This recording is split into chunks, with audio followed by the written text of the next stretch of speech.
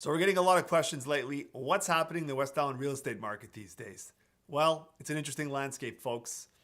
Sellers are either suffering from a case of denial, convinced that prices didn't actually drop 12% from June to November, and are scratching their heads wondering why they didn't get an offer after 2 months on the market and 35 plus showings.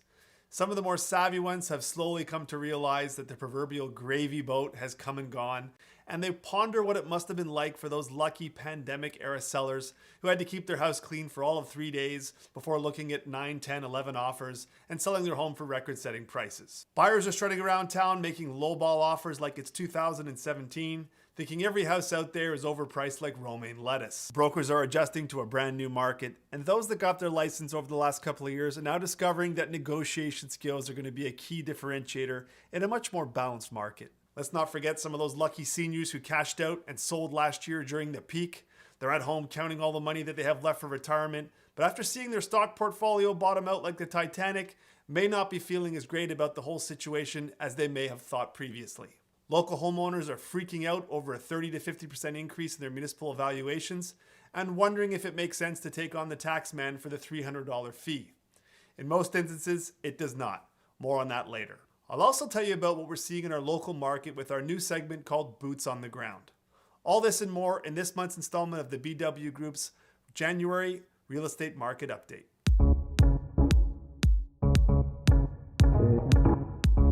Well, here we are, folks. It's January 2023, and West Island single-family home prices have seen a median price drop of approximately 12% from the peak in June to the end of November.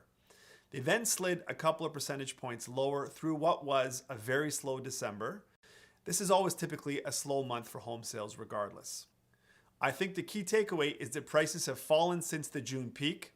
No surprises there. And based on data from October and November, seem to be stabilizing.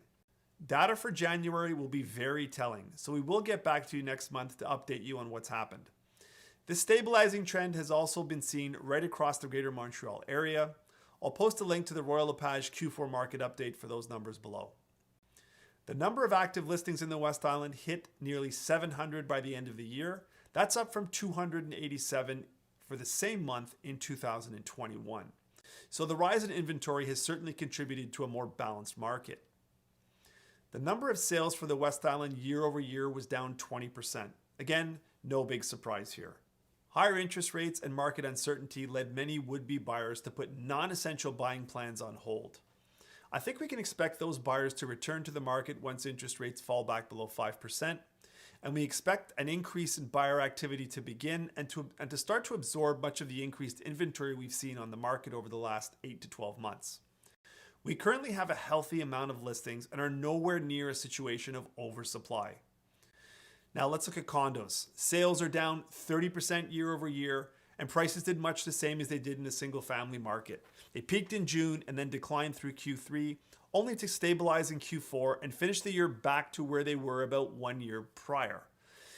Inventory levels also kind of mirrored the single family market in many ways. The number of condos for sale rose about 50% from June to November. All right, time for Boots on the Ground. This is a new segment in our market update videos where we will aim to give you a bit of an inside look at what we're hearing and seeing, as well as what kind of market we're experiencing as we navigate Q1 here in Montreal's West Island. After expecting a rather slow January, we've been rather surprised to see the amount of market activity as we enter the third week of the month. Our team is as busy as ever with a higher volume of showings on our listings than we had in Q4 last year.